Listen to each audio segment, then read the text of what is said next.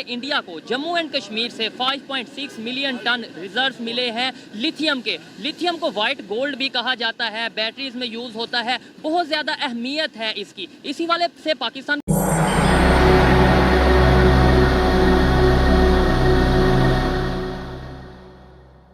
नमस्कार दोस्तों, स्वागत है आप सबका एक बार फिर से हमारे YouTube channel React for Fun में।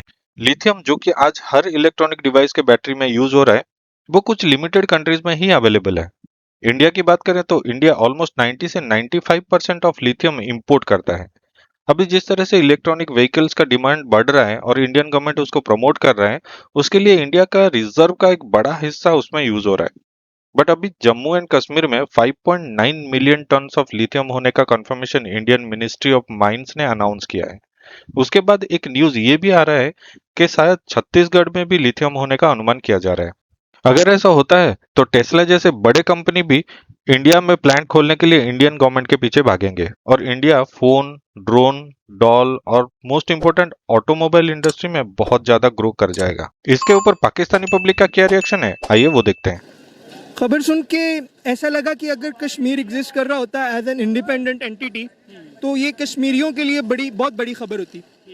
लेकिन अब चूंकि एरिया डिस्प्यूटेड है तो इस पे ऑब्वियसली वी ऑल नो कि इस पे अब फसादात खड़े होने हैं, क्योंकि as India claims Kashmir as its parts तो इंडिया उसके ऊपर अपना हक जताएगा, but technically and lawfully India का उस पर हक जताना नहीं बनता, क्योंकि Pakistan has claimed that also.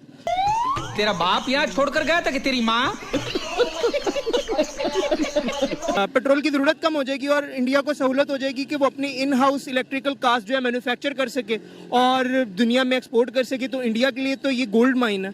Pakistan वाली साइड पे जो इस टाइम कश्मीर है, वहां से अगर ये निकलते रिजर्व निकलते तो फिर भी आप ये कहते हैं कि भाई डिस्प्यूटेड एरिया है तो इसलिए जो है वो इंडिया को भी दे देते हैं।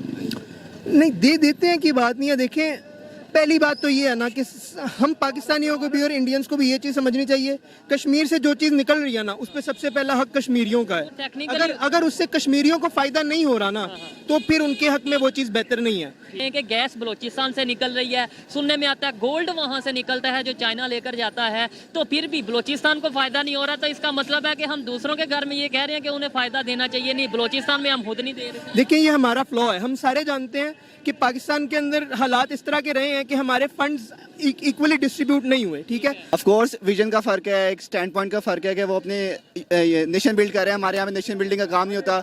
हमारे यहाँ पे ओवरऑल नैरेटिव कह लें, कंट्री बिल्डिंग का काम नहीं होता। यहाँ पे हमारे आपस में एक दूसरे को गिराने पे लगे हुए हैं। तो एक है वो अलग चीज़ पे इकट्ठे हैं कि हमने इंडिया को ऊपर लेके जाना है, वो दुनिया से कम्पीट करें, हम लोग अपने आपस में कम्पीट करें। तो ये तो फर्क है दोनों में।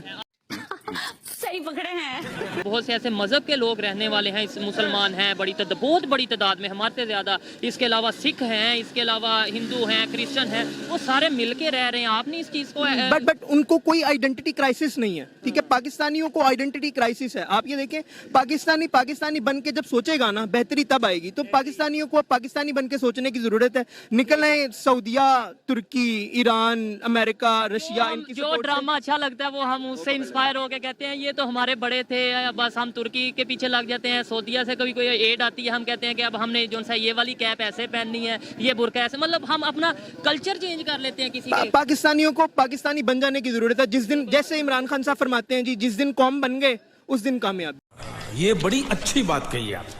आपके पुराने लोगों को रीएजुकेट करने की जरूरत है और आपकी जो यूथ है उसको एजुकेट करने की जरूरत है। मतलब है फिर तुर्की को ही फॉलो करना है हमने। नहीं, तुर्की को फॉलो करने की बात नहीं है। देखिए, पॉलिसी और पॉलिसी और आइडियोलॉजी जो आपके हक में बेहतर हो सकती है, क्योंकि देखिए एजुकेट होने का मसला है। आपकी आवाम में शऊर नहीं है, तो वो जब वो शऊर डेवलप हो जाएगा ना, और जब कौम एज अ कौम सोचने लग जाएगी और कौम किसी और का मफाद देखने से पहले अपना मफाद देखेगी, पाकिस्तान का मफाद देखेगी।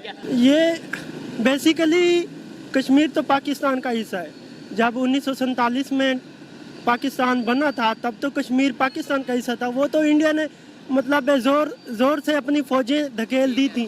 ठीक है कि आप कहाँ थे ज्ञानी बाबा? थोड़ी सी करेक्शन कर देता हूँ, फिर आगे बात को बढ़ाते हैं। कश्मीर पाकिस्तान का ऑफिशियली हिस्सा कभी नहीं बना। मतलब ये नहीं है कि 1947 में वो पाकिस्तान का हिस्सा नहीं था, वो अलहदा स्टेट थी।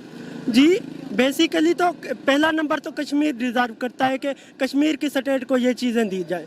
ठीक है, अगर वो डिजर्व उन्हें नहीं दी जाती, पाकिस्तान को इसका हिस्सेदार बनाए ना। इंडिया तो इस चीज़ में आता ही नहीं है। अरे ए मारो इसको। तो बेसिकली कल एक खबर आई हुई थी कि आने वाले वक्त में इंडिया एक बहुत ज़्यादा कारें प्रोड्यूस करने वाला मुल्क होगा, और इसमें शक भी नहीं है। पाकिस्तान इस लिहाज से बहुत पीछे जा रहा है, तो मेरे ख्याल से वो इसलिए इंडिया ही ले जाएगा ये चीज़ें, क्योंकि उन्होंने कारें इलेक्ट्रिक पे लानी है। ऑयल का तो बहुत ज़्यादा मतलब है बहरान पैदा हो चुका है पाकिस्तान में, तो बेसिकली हो चुका है। पाकिस्तान तो इसी वजह से गिर रहा है।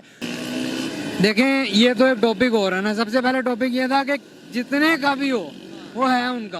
अब इंडिया डिपेंडेंसी खत्म करे या लिथियम के ज़खायर आ गए हैं। मैं इस हवाले से कह रहा हूँ कि अगर वो उसे यूज करते हैं तो कितना फायदा होगा। गाड़ियाँ सारी यूज करने का हक ही नहीं है। हम बात इस पे कर रहे हैं, क्यों करते हैं, क्यों करते हैं? आपको लगता है कि वो यूज नहीं करेंगे या हम यूज नहीं करना चाहिए, करेंगे क्यों? नहीं तो उन्हें कौन रोकेगा? हैं? कौन रोकेगा? देखिए, हम तो यही बता सकते हैं कि आप जहाँ तक हमारे में ताकत है